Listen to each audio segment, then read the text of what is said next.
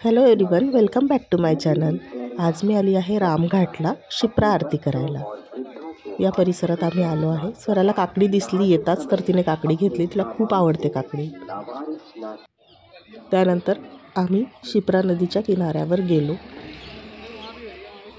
हे शिप्रा नदीचं main gate आहे जिथून आरती होते आणि इथे दीपदान करण्यासाठी असे दिवे विकले जातात।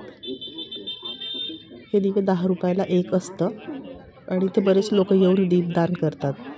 आपल्या हिंदू संस्कृतीत दीपदानाला खूप महत्त्व आहे। ही आहे शिप्रा नदी आणि आता इथे सायंकाळची आरती होणार आहे। इथे 2 वेळा आरती होते, सकाळी 6ला आणि सायंकाळी 6ला। तर आम्ही लवकरच पोहोचलो कारण आम्हाला जवळून आरती करायची होती, म्हणून आम्ही इथे बराच टाईम स्पेंड केला। थोडा वेळ आम्ही बसलो, त्यानंतर स्वरा पाण्यात खेळली। खूप छान असं वातावरण होतं। इथे गर्दी असूनही खूप शांत वाटत होतं। इथे बरेच लोक शिप्रा स्नानासाठी सुद्धा आलेले होते, कारण आता प्रयागराज महाकुंभ चालू आहे, तर शिप्रा स्नानाला पण खूप महत्त्व आहे। त्यानंतर मी इथे दिवे घेतले दीपदान करण्यासाठी।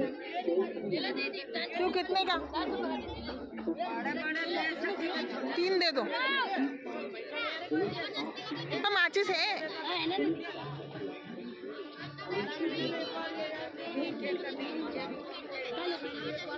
ले लो।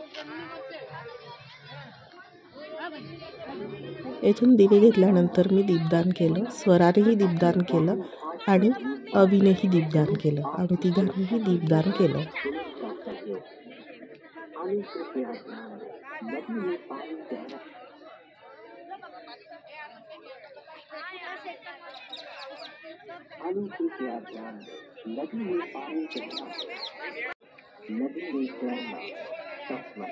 अपने बच्चों और वृद्धों के हाथ पकड़कर स्नान करें।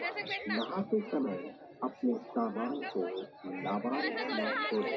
घास एवं फूल पर खड़े होकर सेल्फी लें। घाट पर वाहन लाना सख्त मना है।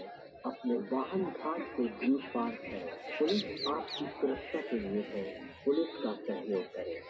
ढालू कृपया ध्यान, नदी में पानी गहरा है, घाट खड़े हैं, सेल्फी लें। घाट पर वाहन लाना सख्त मना है।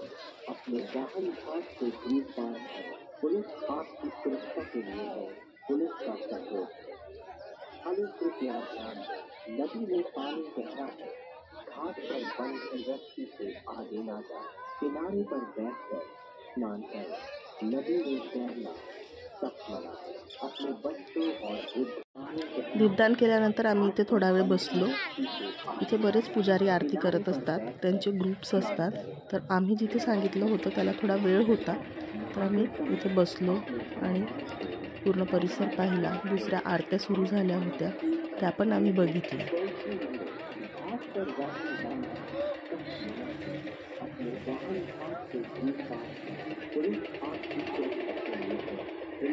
इथे आता पुजारी हे पाठ सजवत आहे, कारण इथे आरतीची तयारी सुरू आहे।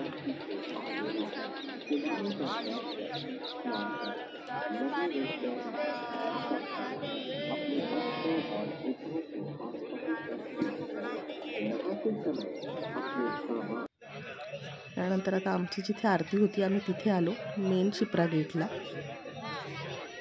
तिथे आम्ही बसलो। पुजाऱ्यांनी इथे सजावट केली।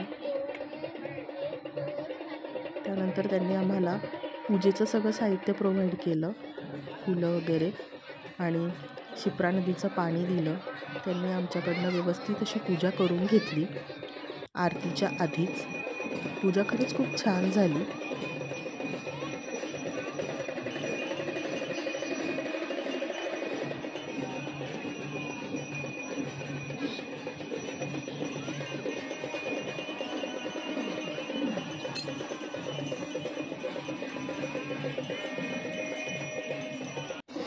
त्यानंतर इथे शेजारची पूजा चालू होती आणि आमच्या पूजेला 1-2 मिनिटं वेळ होता। त्यांची झाल्यानंतर लगेचच आमची पूजा होणार होती।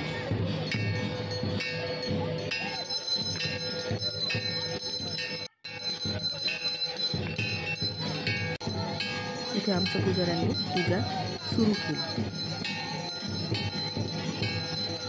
खरंच खूप छान अनुभव होता हा.